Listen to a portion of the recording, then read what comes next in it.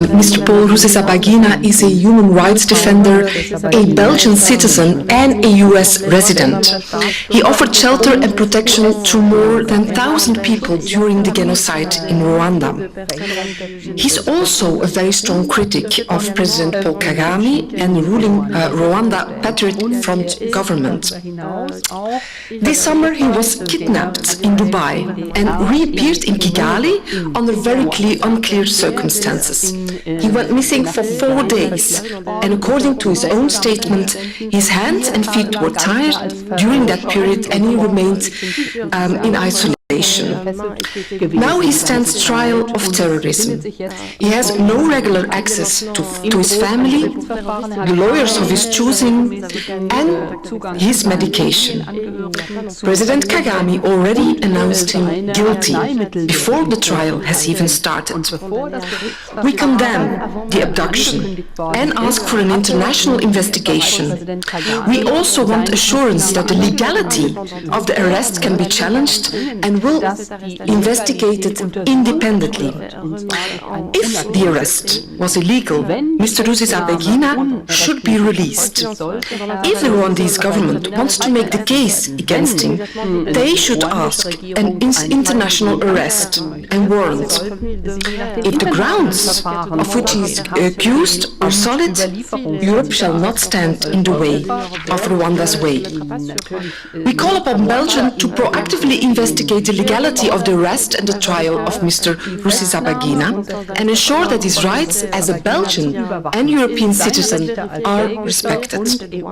I also call upon the European Union to strengthen the human rights dialogue with Rwanda and put greater emphasis on respect of human rights, the rule of law, international commitment and transparent governance. Dear colleagues, we cannot accept that governments act as cowboys. Mr. Rusesabagina is a European citizen.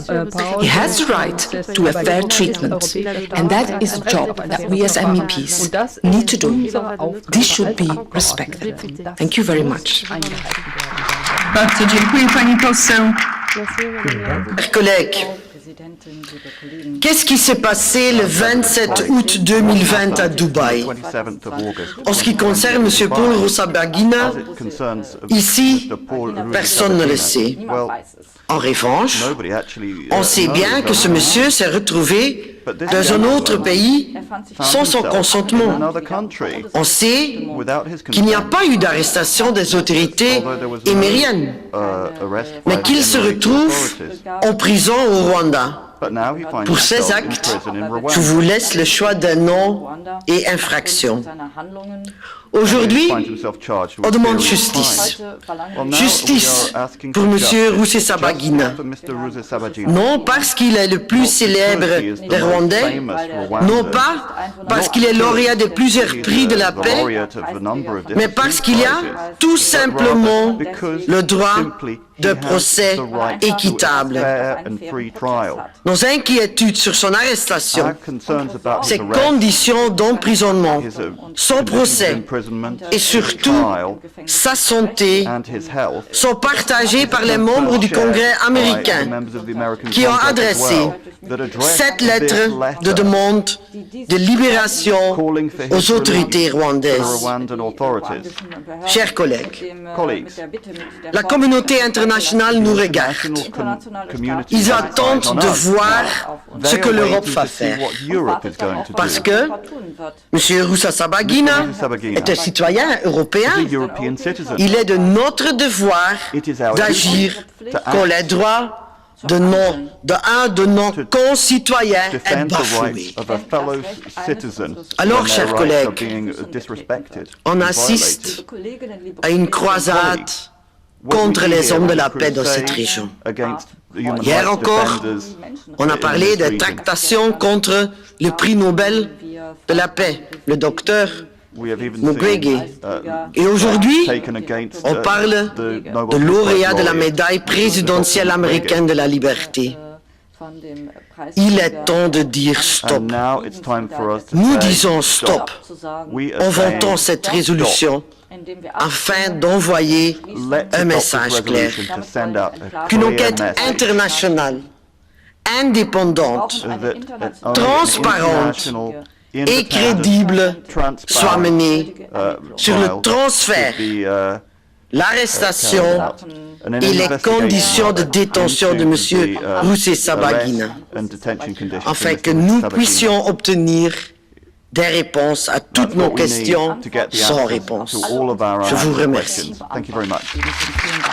Collègues, le cas particulier d'un opposant au régime de Paul Kagame nous ramène inexorablement au génocide perpétré dans ce pays 25 ans plus tôt, dont nous condamnons de toutes nos forces l'indicible horreur. Néanmoins, pour la résolution qui nous intéresse, l'Union européenne n'a pas de légitimité diplomatique et pourtant elle s'intéresse au cas de M. Rusesabagina. L'ingérence européenne sur tous les continents et sans résultat doit cesser car ce n'est pas son rôle. Au mois de septembre dernier, M. Rusesabagina, connu pour son activisme politique contre le régime en place, a été inculpé par la justice rwandaise.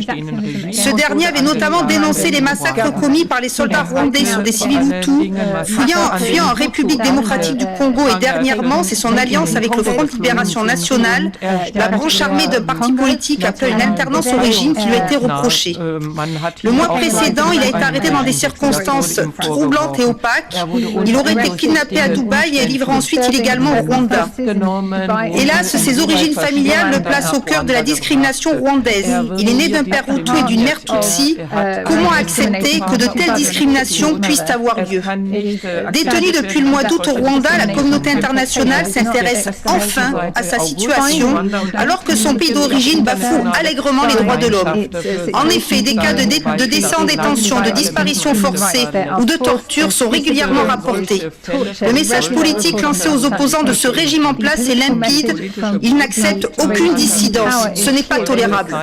Par ailleurs, je m'interroge sur la faiblesse du soutien de la Belgique, dont les autorités diplomatiques ont rendu seulement 3 visites à son ressortissant. Enfin, les conditions de détention doivent rester dignes, car le Rwanda n'a pas signé la Convention de Strasbourg relative au transfèrement et personne ne devrait être détenu dans de telles conditions. Je crains pourtant, hélas, que la résolution proposée ne fasse pas varier les agissements de ce régime dictatorial, l'Union européenne n'ayant pas de légitimité diplomatique et l'ingérence de Bruxelles ne s'autorise pas de limite, alors même que le haut représentant vient d'être dernièrement humilié à Moscou. Je vous remercie.